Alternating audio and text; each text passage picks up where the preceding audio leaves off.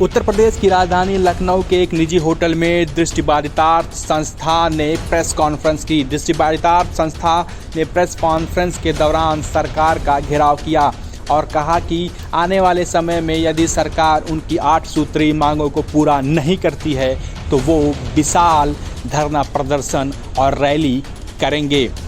SK Singh, जो कि दृष्टिबाधितार्थ संस्था के महासचिव हैं, उन्होंने प्रेस कॉन्फ्रेंस के जरिए सरकार को घेरा। उनका कहना है कि सरकारी नौकरियों में मौजूदा समय में दिव्यांगजनों के लिए पदों की कटौती की जा रही है। साथ ही साथ जो 4% आरक्षण दिव्यांगजनों को मिलता है, उन्हें क्रियान्वयन समुचित ढंगों से नहीं दिया जा रहा है।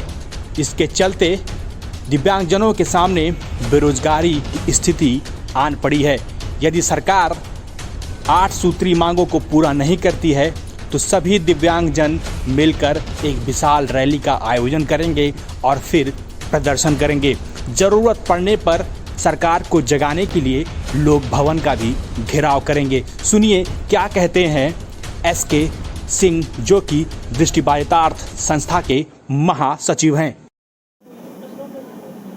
सर, आप लोगों का प्रदर्शन का दिनांक तय हुआ है, क्या विषय है जिस बात को लेकर के प्रदर्शन किया जा रहा है? मैं SK Singh, national association of the visually handicap का महासचिव हूँ। 20 जून को हमने धरना प्रदर्शन का सूचना सरकार को दी है, 31 मई को ही दे दी थी।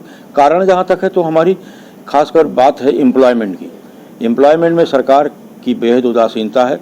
हमारा 4% का आरक्षण है, उस आरक्षण का कार्यान्वयन समुचित ढंग से नहीं हो रहा है और पदों का जो दृष्टिबाधित है उनके आरक्षण को पूरा करने के लिए सरकार ने नियम बना रखा है कि वो किन पदों पे काम कर सकते हैं, वो पद आइडेंटिफाइड किए जाते हैं। तो 30 जुलाई 2021 को राज्य सरकार ने जो आदेश जारी किया, नया पदों की चिन्हांकन की सूची जारी की, उसमें वो सारे पद खत्म कर दिए गए जो 2011 में दृष्टिबाधितों के लिए चिन्हांकित थे, जिन पर हम काम कर रहे थे, जैसे प्राइमरी स्कूल की टीचर, स्टेनो, लिपिक। इन पदों को समाप्त कर दिया, जो कि सरासर गलत बात है, क्योंकि हम इस समय कम से कम 700-800 दृष्टिबाधित प्राइमरी स्कूलों का टीचर है, कई ब्लाइंड दृष्टिबाधित स्टेनो हैं बैंकों में और कई जगहों पे।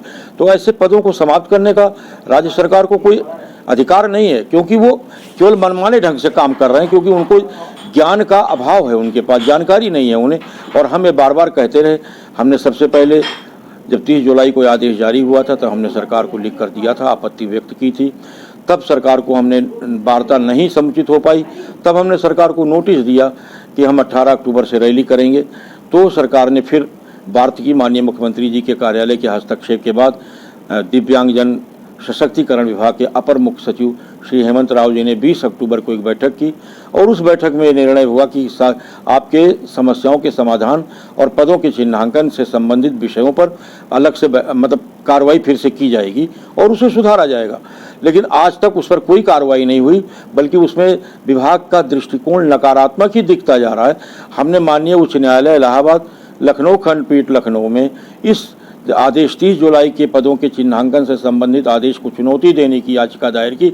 उसमें सरकार ने काउंटर एफिडेविट में लिखा है कि आप केवल दिव्यांगजन सशक्तिकरण विभाग को ही पार्टी मत बनाइए, आप हर विभाग को पार्टी बनाइए, क्योंकि हमने उनके हिसाब से पदों का चिन्हांकन किया है जैसी उन्होंने सहमति दी नहीं है।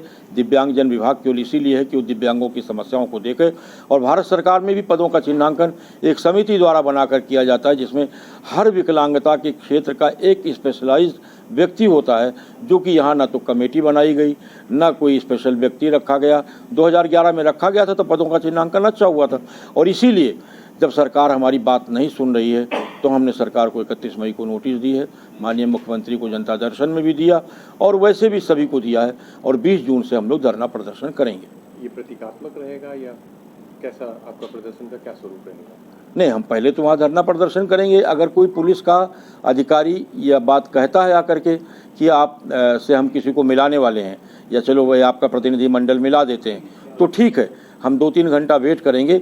अदरवाइज हम अपने पूरे ग्रुप के साथ जुलूस के रूप में लोक भवन करने का प्रयास